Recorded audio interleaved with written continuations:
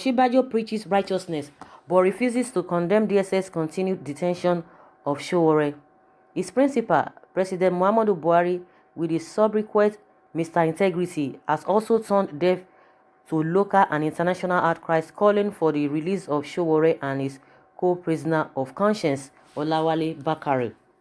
Vice President Yemi Osinbajo says integrity and forthrightness are all marks of genuine Christians, but he has refused to condemn the continued illegal detention of pro-democracy activist Omoyele Sowore by the Department of State Services. He also failed to berate the DSS for refusing to obey court orders granting Sowore's release. His principal, President Muhammadu Buhari, with his subsequent Mr. Integrity, has also turned deaf to local and international outcries calling for the release of Sowore and his co-prisoner of conscience, Olawale Bakare. Osinbajo on Saturday at the Redeemed Christian Church of God, RCCG, Region 5, Great Mind Summit 2019 at the RCCG's Chapel of Blessing, Port Harcourt, while delivering a keynote address exercising kingdom dominion, said, "Let me explain how Emperor Meiji in 1871, within 3 years of the Meiji Restoration, having observed the phenomenal progress of the West, decided to send a mission to the UK and America to discover how they did it.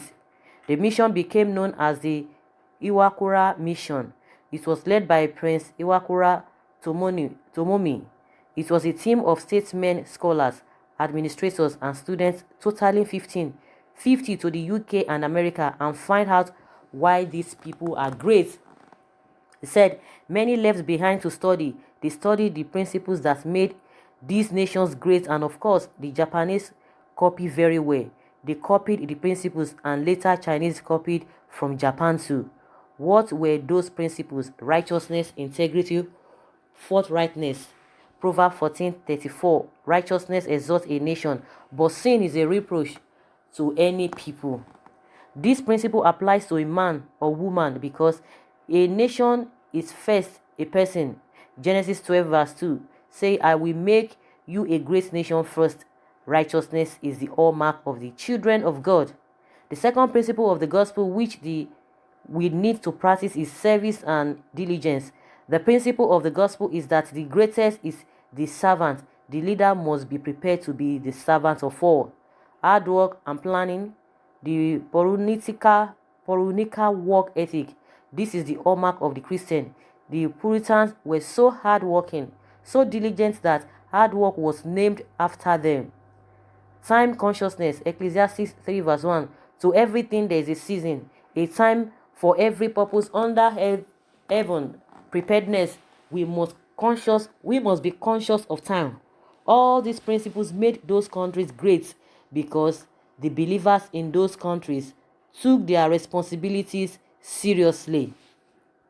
So guys, like people always say that there's always a conspiracy of silence. When people know that maybe some things are not right, instead of them to come out and condemn it, they'll just, they will decide to be quiet, because people have been asking, we've been asking questions that with all these things that are happening, all these shenanigans, and the vice president being a professor of law has not said anything. They are just quiet. They are not even saying anything. They are just busy with other things. This thing is it's more than what they are looking at. The whole world is seeing everything. Both people crying within the Nigeria environment and outside Nigeria. Everybody has been condemning this thing, and you'll be surprised that the people that you think that should know better are not saying anything. They are just quiet. Conspiracy of silence is what is being played out as we speak. They are just pretending as if nothing is happening. They are just focusing, paying their fear to what is happening, the cry and yearnings of people. They are just forming ignorance as if they don't know what is happening, or they are not hearing what is happening, or they are not even on this planet, or they are in another planet. And in this same country, we know what has been happening. Well, let them continue.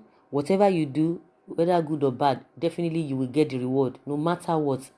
That's why they say posterity will always judge. And someone says hypocrisies can never solve all this Nigerian mess. This one is strongly for himself under Buhari administration. He fed talk Obasanjo na slave to PMB. If he talk, Obasanjo na slave to PMB. That's somebody is saying here. He say he no fit talk, that there's no way he can't talk. Someone says you really must be what in your explanation of Osinbajo as you try to pinch him loggerhead against his government, feigning religiosity. But meanwhile, timid to ask Buhari question. Has your media ever be bold enough to ask Buhari questions, but only at your fancied time to ask VP? Very foolish question. Always very quickly to publish FFK's falsehood. This media is a distraction to the nation. Someone said the previous of eight deserve to die anyway. Why should they release Sowore from DSS custody when the federal government already changed the acronym which says DSS from Department of State Services to Department of Sowore Service? Besides, who are those people listening to Osinbajo's sermon? This is really so funny.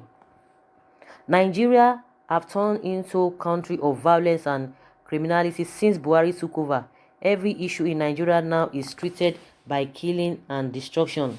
APC government came in with killing agenda and many evil agenda. Even they want to pass death bills on freedom of speech. Please God, bless my country, Biafra, where their evil will not be accepted. And that was somebody is talking here. PDP fraudulent corruption bloggers. Must VP talk about Sowore? It seems PDP is in alliance with Sowore to remove Buhari and AP2. Wow, that's what somebody is talking here. Sowore called for a revolution to overthrow a government he is involved in and you want him to assist Sowore.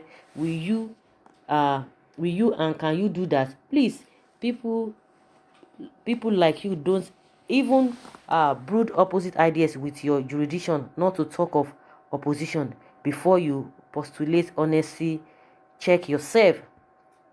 Someone say he is not God, his hands are tight, he is not is not good and is not God. There are end time preachers everywhere, you could be one of them. Not surprised after all, this is end time government. We should understand power. Osinbajo does not have power to do anything when our president is on seat. I believe he would have advised President Buhari in closet over Sowore, but will not listen.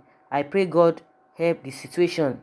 Of course, I could really align with this person because most of the things that you just be everybody will just be bothering of what is happening, that this man is not saying anything. Who knows? And most importantly, and the way everything seems now, you can say of a fact that most of the things he might not even be aware. They might not even be calling him. They might not be seeking his advice. Somebody that that his aides were sacked and nothing happened. He was not in the know. The spokesperson, the Gabashe, came and said, they did that because they wanted to save costs. They wanted to cut costs. That it is the same public who has been complaining that the cost of governance is so expensive, is so high. So that's why they are trying to do. And they started from the office of the vice president. But the president came and said, no, it was just a kind of to reshuffle and redeploy people from one office to the other, that he never sacked anybody. So who are we to believe? So if really that kind of a thing wanted to happen, at least they would have told him. They would have, he would have been in the know of the whole thing. But since he didn't know, the whole thing just came as a surprise to him. We could even remember what was to happen, in this ECOWAS meeting. So he might not even know most of these things, or he's been telling them and they will not even listen to him. They want to do whatever they want to do, by themselves, by not involving him. We heard when Yakasai said, since Osinbajo removed this DSS man, Daura, when they went to stage to block the National Assembly, and since then that the Buhari has not been happy. Of course, they will not come out and tell you there's rift between them. And since that time, he has not been handing over anytime he's leaving the country.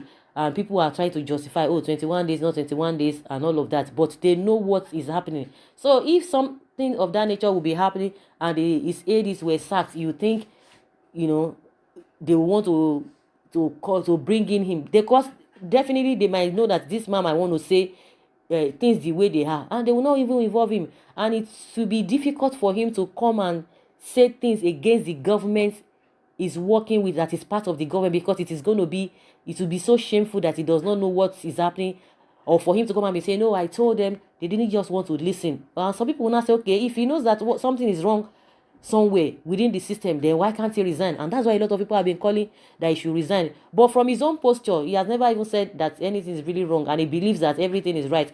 But we are just trying to make up, okay, maybe he must have told them or whatever. So, but whatever it is, they know what is happening, and he knows the truth. That is my own my opinion concerning this, whether he has talked to them and they didn't just want to listen to him. Someone say, the one way in talk don't cause katakata for him, and you won't push him to talk more. That's what somebody is talking here. So guys, what do you think? That Osinbajo is preaching righteousness but refused to condemn DSS continued detention of Sowore. Do you think he will want to do that? He will want to come out and say such a thing? Do you think so? No, since he's not even the one in charge, somebody who is in charge will be held responsible for that. So leave your comments below and let's hear your take. Bye.